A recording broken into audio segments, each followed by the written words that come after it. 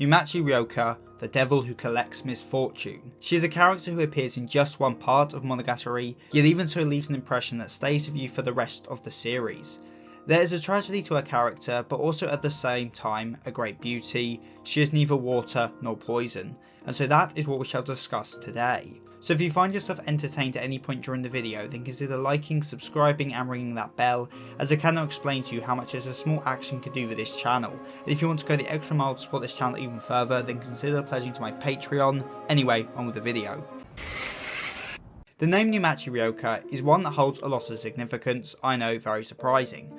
Numachi quite literally translates to marshland, bog, swamp, or whatever fancy of stagnant wet environments you choose. This has two main references. The first is to Kanbaru's own given name, Suruga, which means river. So whereas a river is flowing, a marshland is stagnant, much like how Kanbaru's life is still ongoing, and Numachi's is over. And further to this point, this kind of just references Kanbaru's overall arc in Hanamonogatari, as she is unable to get anywhere no matter how far she runs, almost like she is stuck in a bog, something she only ever overcomes once Numachi passes on, in other words once she leaves the marshland behind, which is incredibly poetic. And then the other main reference is the Senjukahara Marsh, the place Senjukahara is named after, as both girls were very important to Kanbaru, possibly in a sapphic kind of way. Her given name then also lends into this theme of her being dead, as Rouka means wax flower, a flower that was once alive but is now dead and is being preserved by artificial means, unable to wilt away. And I don't think I really need to explain that one. Though if you split Rouka up into the individual kanji for wax and flower, you get a few more meanings.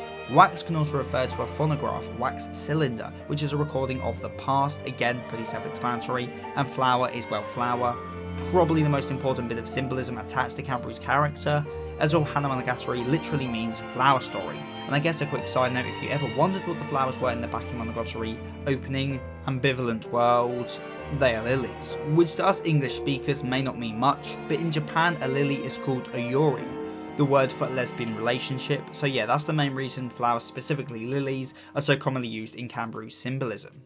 Her design though isn't nearly as symbolic as her name. Her hair kind of looks like horns in reference to her title as the devil, and well, her injured foot mirrors Kanbaru's injured arm, but beyond that there isn't too much to comment on.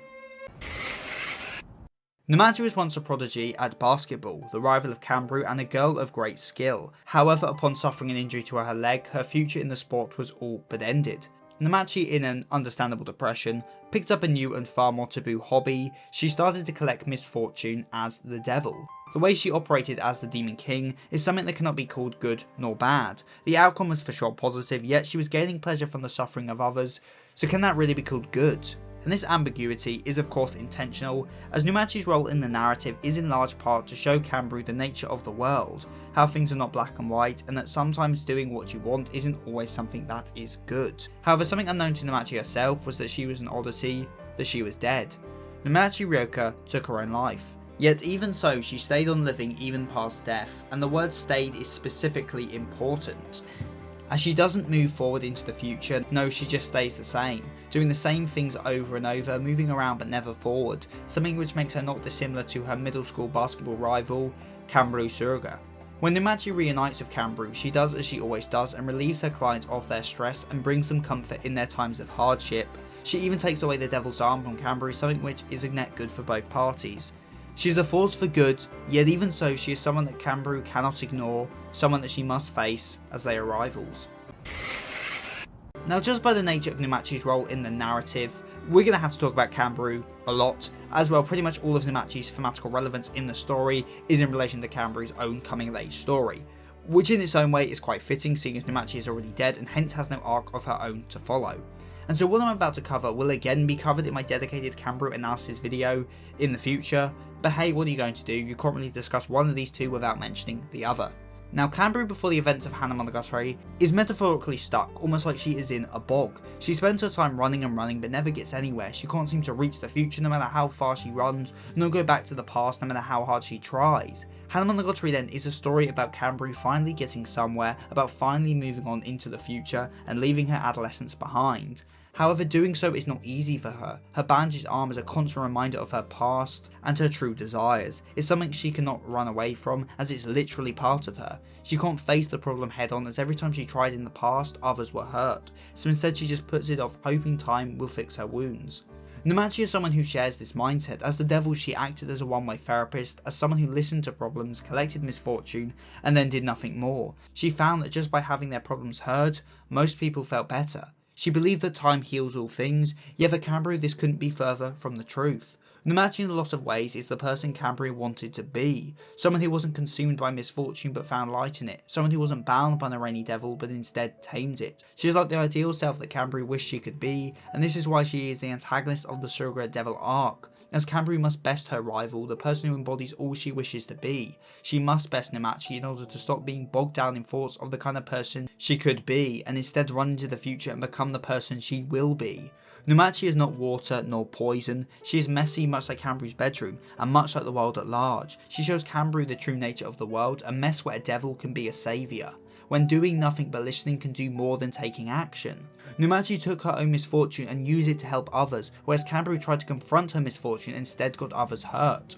Numachi is better than Kanbaru in that way. She's someone who genuinely helps others, but just because that's a good thing doesn't mean it's the right thing. Sure, Numachi is happy from helping others, but if helping others comes at the cost of your own happiness, is it still right to do it? Does the happiness of others trump your own? And on the flip side, does making others sad in order to make yourself happy have to be wrong? There are no clear answers to these questions. Numachi and Kanbaru both act to demonstrate different answers, but neither is ever shown to be right or wrong.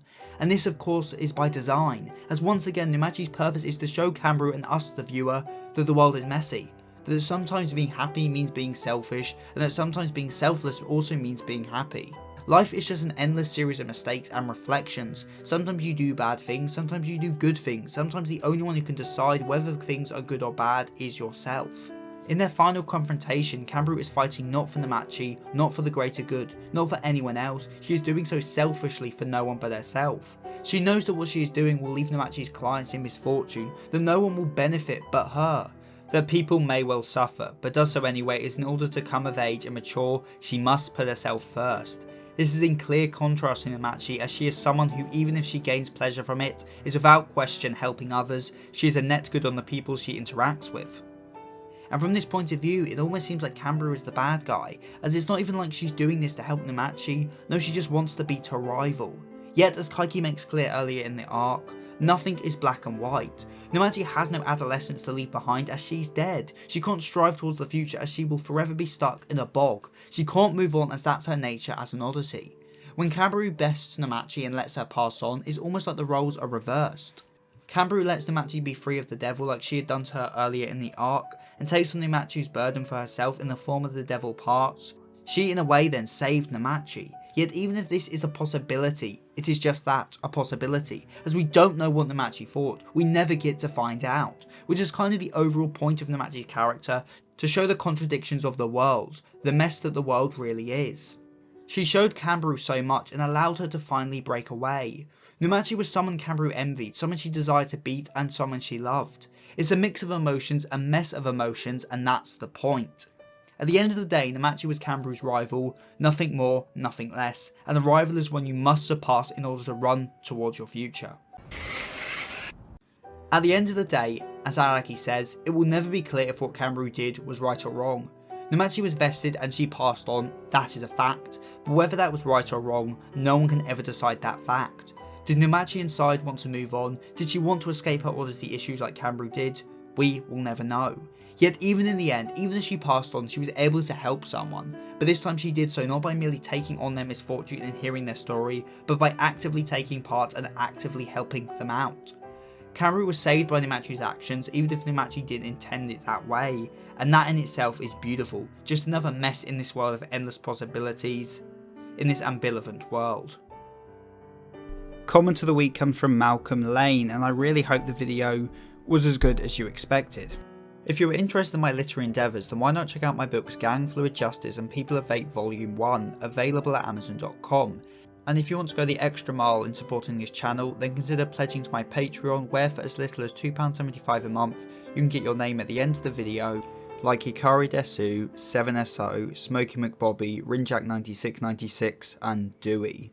So with all that said and done, I've been Seth the Sin, the Deadly Sin of Geek, and I'm signing out. Stay safe, everyone.